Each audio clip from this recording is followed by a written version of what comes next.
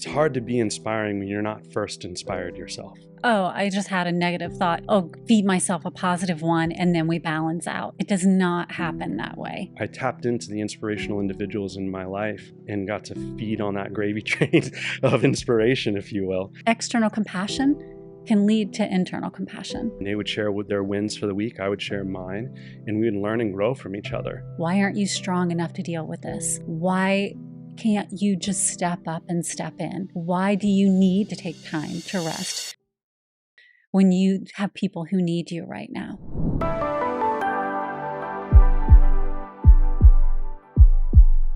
So I know we don't set resolutions. That's one of our things, because throughout the year, we're constantly looking at what do we need to do to improve. So we didn't want to really mark the year doing that.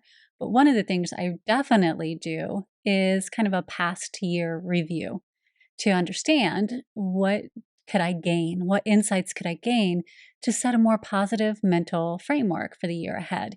So what I want to do right now is set like a how-to list to create a positive mental framework heading into 2024. And one of the things that I think is really critical in doing that is understanding critical influences, right? Both positive and maybe not so positive, because that allows you to look back at 2023.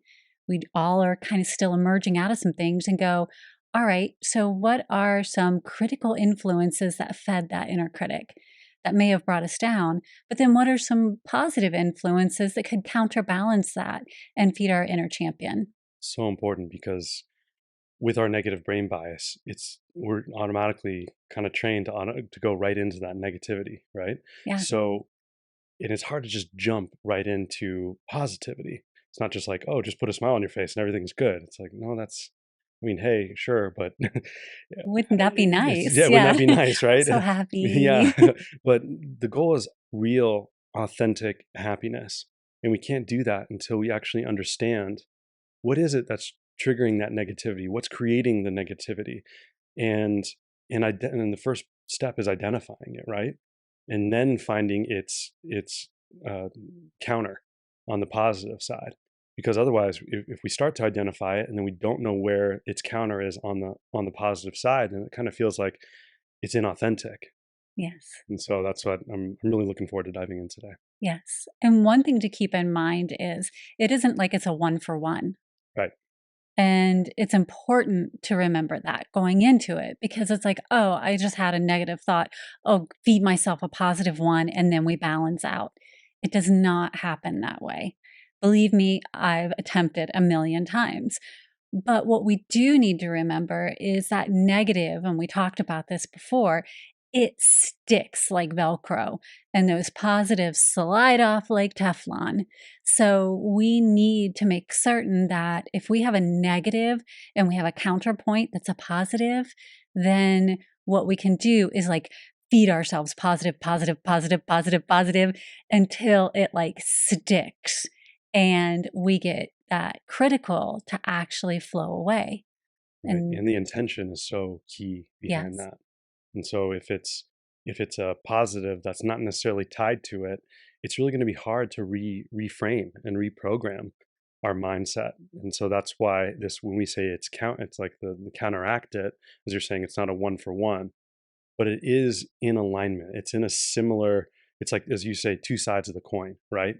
So that's why having that intention will allow this to really support and help it grow into and reframe from this negativity into not just a positive mental mind frame, but a sustainably positive mental mind frame. Yes. And so one of the things that happens quite often, we tend to undermine our own self-confidence, right? Yes. Over and over again, it is a common theme that we've heard through all of the different individuals that we've ever been in service of, whether it is in business and personal. It is just something that seems to be programmed into so many of us, and we do it too, where we begin to build up our self-confidence, and then that inner critic gets in there and starts to find little ways to tear it down. Whether it's someone says something to us that triggers us, feeds that inner critic and then just starts to tear it down that way, or we do it to ourselves.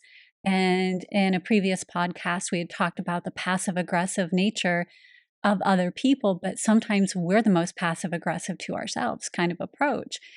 And so when we start to have that type of a critical influence on ourselves, we have that negativity that starts to feed into ourselves. How do we turn that around? How do we stop having a negative influence on our own self confidence and tearing down our self worth? And flip that around, as we say, the tool of flip the script, right? We got to flip that around so that we don't spend another year being our own worst enemy and tearing ourselves down from the inside. And what would you offer would be what we could do in order to flip that around. Resilience. Resilience is a great one. It's resilience is probably more something we can tap into at a greater potential than we actually realize within ourselves. It's it's buried within us. We have that natural desire to be resilient, as we kind of talked about in the past about how humanity is still in this fight or flight, right? And so resilience is an aspect of that. It's part of us wanting to kind of what's it the kind of the nature, like it's nature versus nurture or something, so it's like resilience is a key aspect of that. And so now we're not necessarily fighting for our lives in this standpoint, but at least not in the physical standpoint, but emotionally and mentally we are. And so that's where resilience can come in and completely shift our mind frame into and kind of help us create a story, right? It's for us, humanity has always had a really keen connection to story. And so when we can allow our story to benefit us and uplift us versus become a victim to our story or let it define us, we can rise above it and allow it to, like, we can start to write the narrative of that story. And through that, understand our own resilience and see the confidence and the connection and the intention, purpose that we have. And so we can say, okay, well, what is our goal? Where do we desire to go? What have I already achieved, and how can I start applying that to the next steps of my life? And so now we're then becoming the author of our story. We're identifying the resilience, and we're allowing that to actually uplift us out of the negativity into a positive mental mind frame that becomes sustainable, and it puts us in the director's seat. Yeah. And for me, that be the author of my own story has always been a wonderful tool because if I'm the author of my own story, of course, I'm the hero of that story, right? And then when I think about the inner champion, well, that goes back to it has to come from the inside of me, right? If I'm going to be the hero, of course, the hero gets their backside kicked every now and then. They're not always flawless. Yeah. That makes for a very uninteresting story. But when that hero, if I'm the hero of my own journey, and I am going through the resilience that comes in, yes, my confidence might get shaken. And I might even find times where I'm like, why am I doing this? But then I remember and I'm surrounded, which I think is another how to. I am surrounded by the people who feed me and uplift me and teach me even when I'm not certain maybe what I'm gaining until I think of Karate Kid, old school movie. But, he had no idea what wax on, wax off was teaching, right?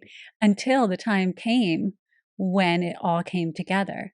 And all of the sudden, these karate moves were right there because he took the time to washed the car. He took the time to do the things, even when he didn't understand. And yes, he was frustrated, but he ended up being the hero of his own story because he stuck with it. And that's what resilience ends up coming into. And Mr. Miyagi was a very key part of that. So he surrounded himself with someone who had the desire to stand by his side the whole time. So if you've not seen Karate Kid, Google, you can find, I'm sure, the details. But it's a great way to like look at yourself and go, I can do that. I can rise up from within, find people who see that within me, and I can be the hero of my own story. I love that. And it's easy to say that hindsight's 2020, right? Uh-huh. But when we're in it, it's hard to recognize that we're actually like it's easy to get caught in that confusion, in that, why is this happening to me, and what does this even mean in my life, and why am I even going through this? These are natural questions to ask. And then down the line, once we get through it, we look back, we're like, oh, that makes so much sense. Like, I wouldn't even be where I am today if I didn't go through that. And so it's just a quick reminder in terms of resilience to remember that this is going, like, what you're going through right now, even when you are confused, you don't understand why it's happening, or what's going on, that there is a purpose, there is an intention. And when we can kind of buckle down into that resilience aspect and apply that into the intention and purpose of our actions during that time, even when we don't see the full picture, that can really help us get through it and then move into the next stage of where we're meant to be. But oftentimes those kind of things happen because there's a lesson we're meant to learn. And if we're so busy being a victim of it, or we're so busy being defined by it, then we're not learning. We're still stuck in it. And then that's why it seems like it's a never ending story that someone else is writing. Yes, exactly. And it does help a lot. Another how to number 3 is find something that you can connect with that helps it come alive in you. And you'll hear us in these discussions, like you and I do it for each other all the time. We bring up movies or we bring up songs because those things really invoke our own inner knowing in a way that we draw strength from that. So we bring up movies in these podcasts because it's like, oh, yes, I've seen it play out. Yes, life is not a movie, but there are aspects of life contained within movies. And so if you can draw your knowing from something that is even fiction, then it still helps you acknowledge that characteristic within you. And it can help you realize that you have that strength and you have that capacity within you. So you invoke that because you've seen how it can play out, even if it's a fiction, or if there's a song that just really brings that. Fight song is a great song, That's right? exactly what was It's going like in my playing head. in your head, I can tell. you know, That's amazing. it's a great song, and it Yeah. helps so much in those moments where we're being so self-critical that we cannot pull ourselves out of it. Find that movie, find that song that you put on. There's an amazing how-to because it's an internal feeder that just lights that pilot light that it can ignite you in a heartbeat. Hey, thanks so much for watching. We really appreciate it. I'm Austin, co-host here at the Heart Leader Podcast with Amber. And if you haven't already, please take a quick moment to like and subscribe below. It helps us know we're making amazing content that you enjoy. And thank you for your support. We'll see you in the community. Back to the show. I love that. Yeah. Yeah, it's really amazing how movies store. I mean, this goes back to our original point. It's about a story, right? That's one that we can connect to, and when we can see a story that inspires us from around us, that helps us understand that it's, someone else is doing it and getting through it. It's not saying you can't. It's actually saying you can, and so that's a key aspect of this whole, I feel, of this positive mental mind frame is when you see an inspiring story from someone else, or you get that inspiration from outside of yourself, don't let that negativity drop in and saying, well, why is that happening to them and not to me? Why are they able to get through it? Why do they seem to have the strength? Why don't I? It's no, they're doing it, and because they're doing it, you can do it too. And that's, again, that's recognizing that every story is is a narrative that we can actually adopt ourselves. We can say, we can live up and mimic that in a way, but also recognize that our story can then be an inspiration to someone else. And that in and of itself can be a great way to inspire, because it's hard to be inspiring when you're not first inspired yourself. Yeah. And speaking of like the connections and the relationships, we're going to move on to number 2. And these 3 that we're going to talk about, like 3 ways that we can have critical interactions, right? And one of them, the next one, is that relationships, right? We can have impaired relationships due to a self critical nature that then bleeds out and creates that impaired connection because we're being so self critical and we don't have that positive mental model, that positive framework that we're navigating from, that we've torn ourselves down, our self confidence is shot. We're comparing ourselves to those around us.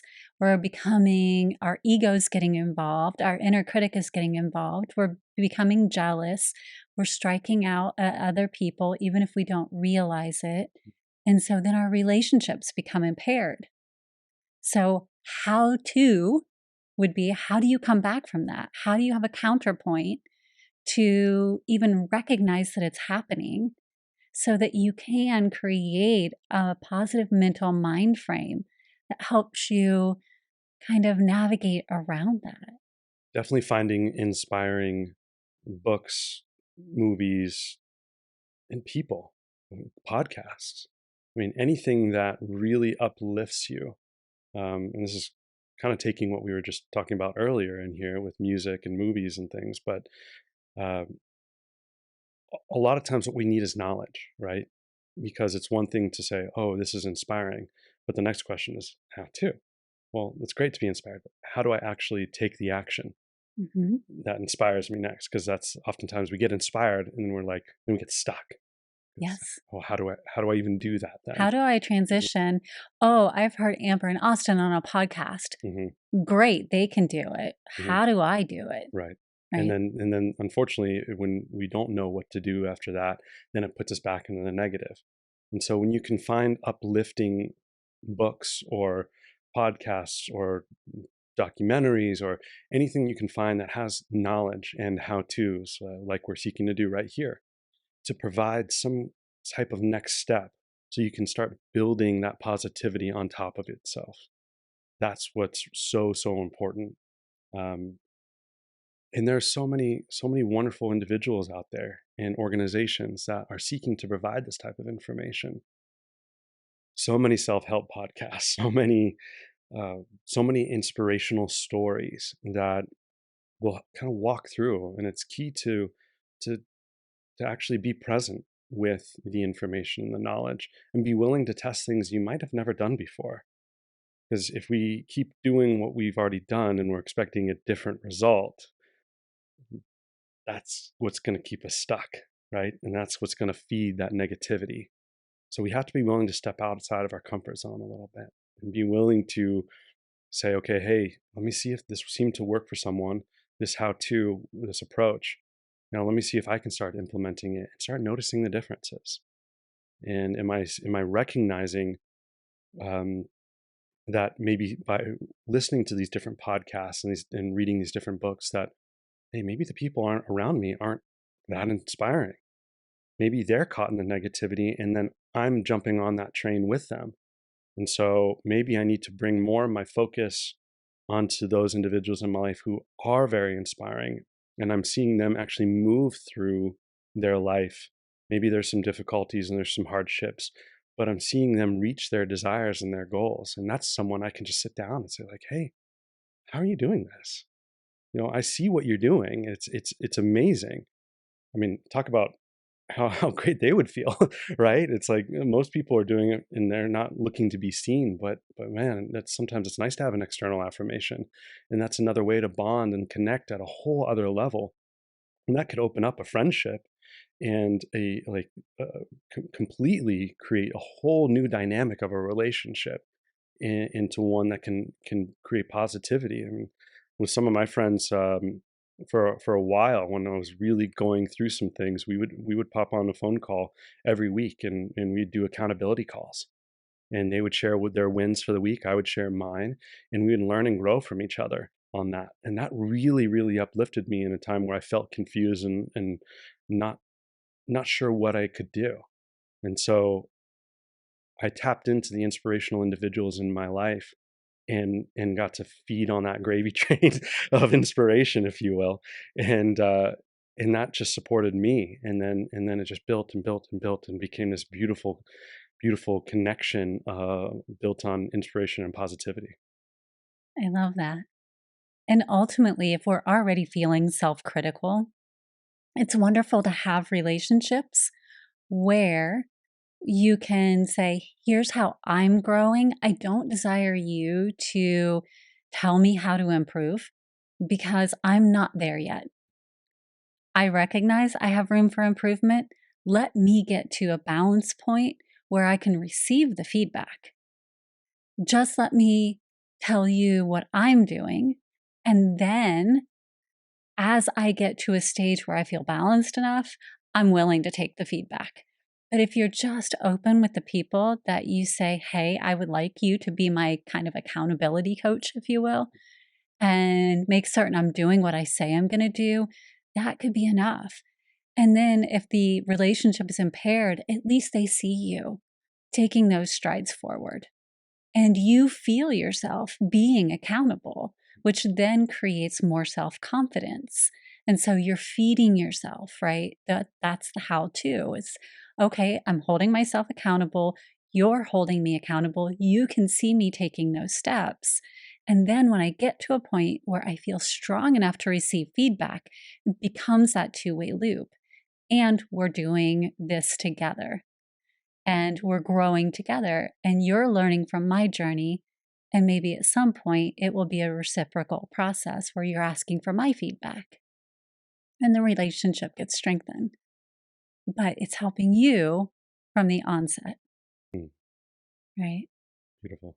So, all wonderful things to do. And when it comes to books or other things that you can do to dive in to get more how to's, we have podcasts with other individuals. If you look back in the archives, we have so many amazing individuals who were authors who wrote amazing books that you can explore.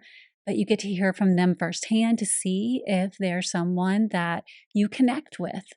And you can skip through the podcast and find out, see if that's a resonance for you. If so, tons of how to's in some of those books.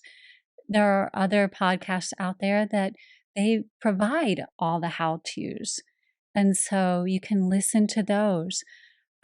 There's a plethora of resources on our parent organization, Suivera, where there's just videos. So tons of ways to really dive in and explore and honestly get to know how those critical thoughts are impairing your relationships so that you can begin to build that out.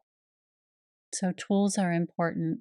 And the how to is to really dive in and figure out what you resonate with most in order to take those steps to repair your inner world to get to that repair of the outer relationships. Yeah. All right. And next in our wonderful journey, number 3 on our list of 3 is that diminished self compassion. And I know we've talked about self compassion before on our discussion points, but it's because it's so important. When we don't have compassion for ourselves in those hard moments, then we're just opening the floodgates for that inner critic to come in and take away any positive mental framework or any positive mental mind frame that we have taken all this time to build up. So we would love to say that life is going to be so joyous all the time, but we can't feature that line because it's just a line of hooey. So it is going to have its moments where we mess up or something not so awesome is going to happen. I just had the year from, ugh, and it's not been amazing, but I've learned a lot. And I have had to hold a place of self compassion, knowing that I had no direction over the things that were happening. However, I had complete direction over how I responded to what was going on in the world around me. And in those moments where I was weak and I just wanted to pull back and have my own space, that was okay because that was me being compassionate toward myself, and that self compassion was necessary.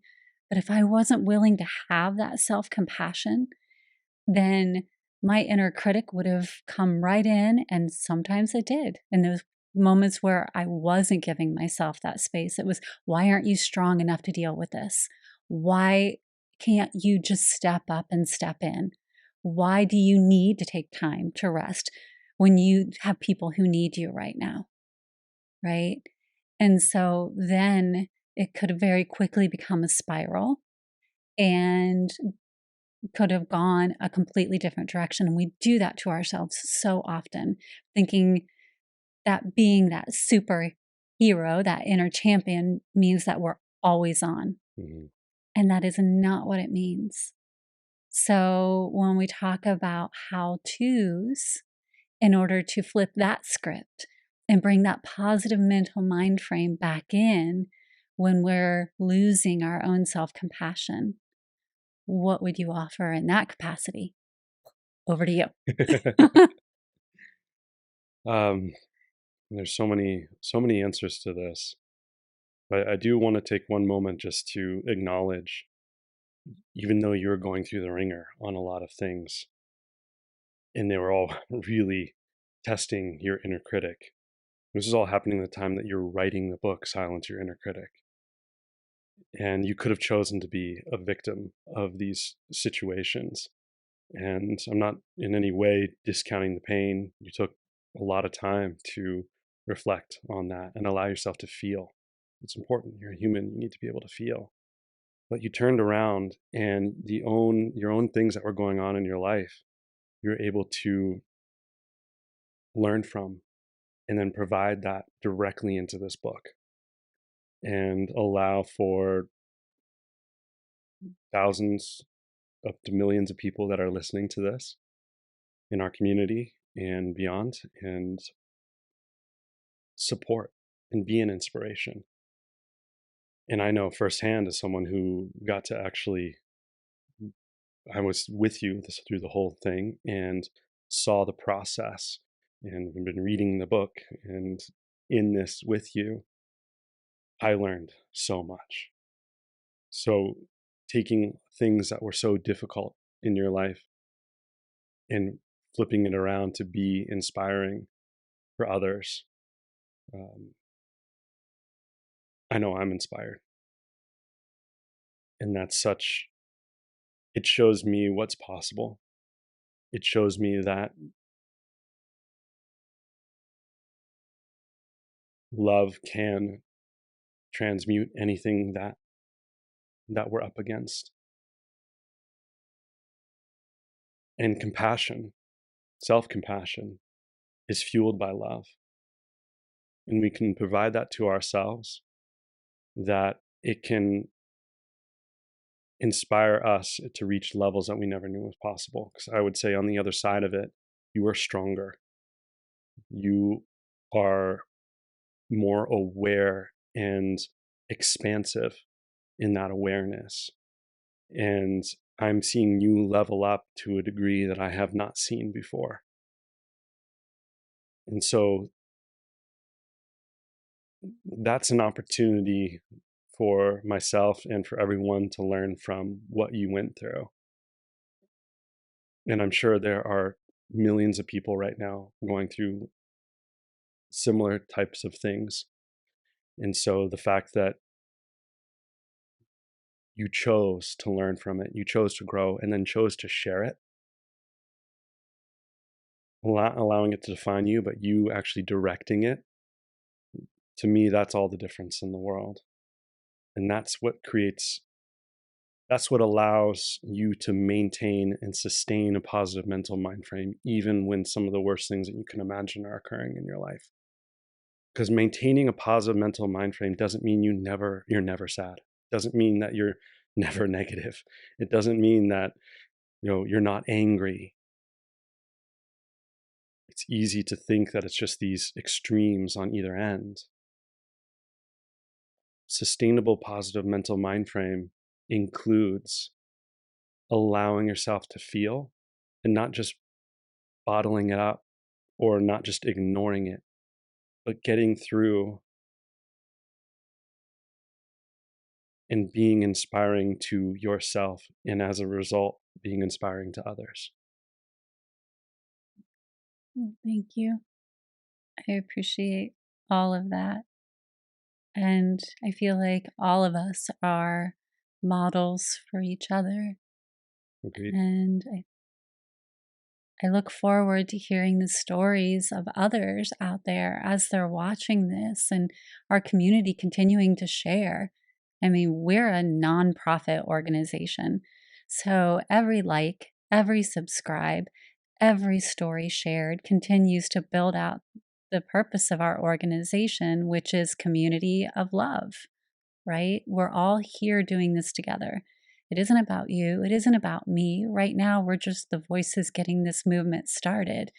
But for every voice that chimes in and shares their resilience story and how they have been self compassionate and the tools they used and the how to's, and we combine together, then that takes this whole movement even further forward. And then it isn't about any one of us, it's about all of us and the strength that we combine together. And that's how communities grow, they thrive, and movements occur because we're all leaders in our own way and we all know how to drive things forward in our own way.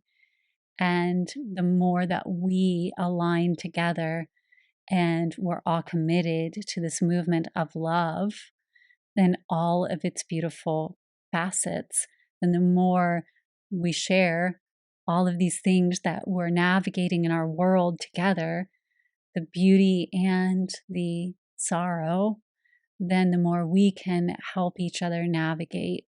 And so I'm just excited to hear other individual stories like this.